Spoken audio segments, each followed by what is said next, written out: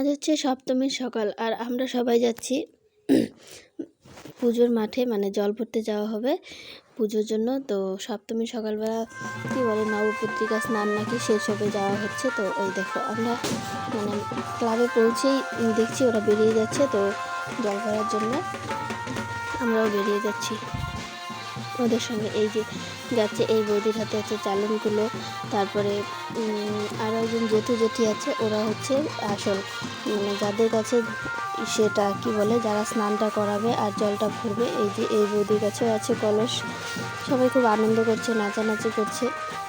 আমি নাচতে পারি না, তাই নাচিও না, কি আর করবো। তো আমাদের যে প্যান্ডেল থেকে আমরা বেরিয়েছি জল ভরতে, তার একটু পরেই এই প্যান্ডেলটা, এখানে ঠাকুর খুব সুন্দর হয়েছিল দেখতে।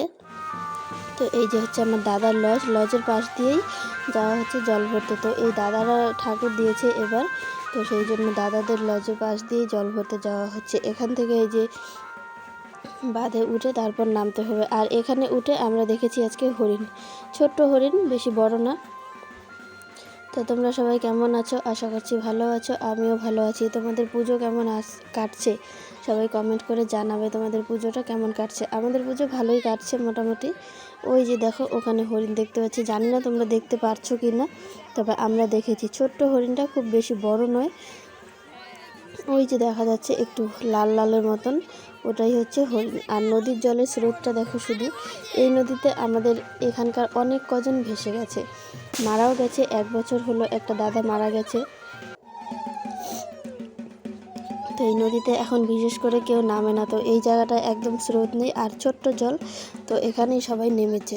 সবাই নামেনি, পুরোপুরি 2 জন নেমেছে আর বাকিরা উপরেই দাঁড়িয়েছিল, কারণ জলের স্রোতটা প্রচণ্ড বেশি। তো ওই যে যা যা নিয়ম আছে সব ওই জেঠিমা পালন করছে, আর আমরা পাড়ে দাঁড়িয়ে আছি। পরে অবশ্য পা ধুয়েছি, আর জলটা এতটা ঠান্ডা না, সেটা আর বলার মতন না।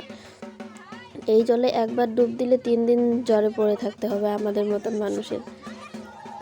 যাই হোক, আমরা তো নদীতে যাই না সচরাচর। ওই দেখো কলা বউকে স্নান করাচ্ছে, তারপর মানে মণ্ডপে গিয়ে কলা বউকে পুরোপুরি শাড়ি টাড়ি পরিয়ে ঢেকে দেওয়া হবে একদম।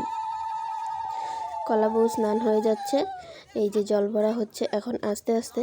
আর আমি ভিডিওটা 2-3 দিন আগেই ছাড়তে চেয়েছিলাম, কিন্তু ছাড়া হচ্ছে না, মানে সময়ের অভাবে। আর এগুলো হচ্ছে আমাদের ক্লাবে প্রদর্শনী দেওয়া হয়েছে। তো তোমরা দেখো অপারেশন সিঁদুরেরও কিছুটা দেওয়া আছে। তারপর ওই কারাগারে 1971 সালে না কত সালে পাকিস্তান না কি যেন ছিল, আমার মনেই পড়ছে না। তো ওখানের কারাগারে মহিলাদের উপর যে অত্যাচার হতো সেই সব আছে, অনেক কিছুই আছে।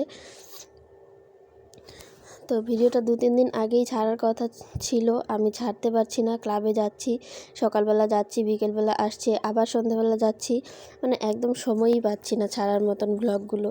তো যাই হোক, এখন পরপর ব্লগ দেব, প্রত্যেক দিন আসবে পরপর ব্লগ। হয়তো 1-2 দিন গ্যাপ যাবে।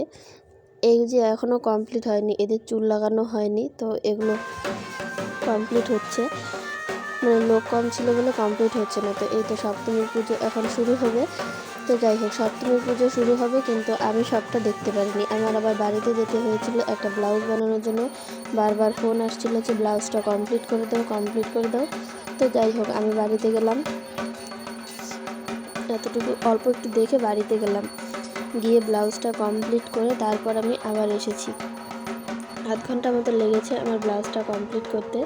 তো যাই হোক, ব্লাউজটা কমপ্লিট করে তারপর এসেছি আবার।